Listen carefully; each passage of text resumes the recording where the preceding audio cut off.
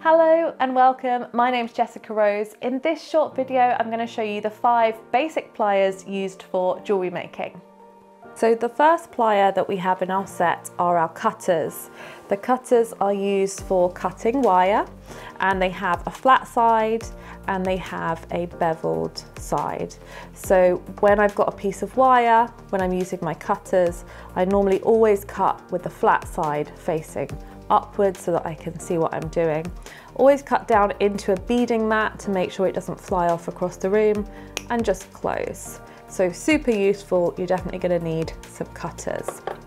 Next up are our round nose pliers, also super useful.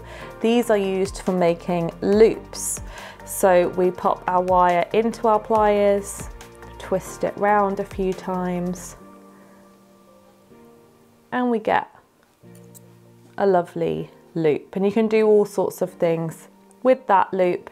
Make coils, make ear wires, it's endless. But you're definitely going to need a pair of round nose pliers. They are our second plier pair. Next up are the chain nose pliers. I often call these squidgers, it's not a technical term. The technical term is chain nose pliers or snipe nose pliers, and they are flat on the inside, pointed on the outside, and they're great for just getting into little nooks and crannies and just moving bits of wire around should you ever need to. So really essential. I'd say those 3 are the 3 essential pliers for getting started with jewellery making. But often you get 5 in a set, and these 2 are also very useful. These are your flat nose pliers, flat on the inside, flat on the outside, great for ironing out any kinks in your wire, making sure it's nice and flat, or if you want to do a big edge, 90-degree angle, great for things like that. And they're used for all things in jewellery making, not just working with wire as well. Then the final in the set are D-shaped pliers, or sometimes they're called half round. They have a curve on one side but flat on the other side.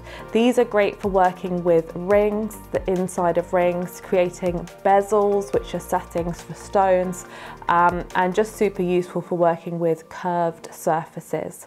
So those are the 5 basic pliers that you will use for your jewellery making. You can get them in all different qualities. The more you spend, generally the better quality they are. The super cheap ones are fine to start off with, but eventually you will outgrow them and get a good set. So it might be worth just starting with a really strong set to begin with.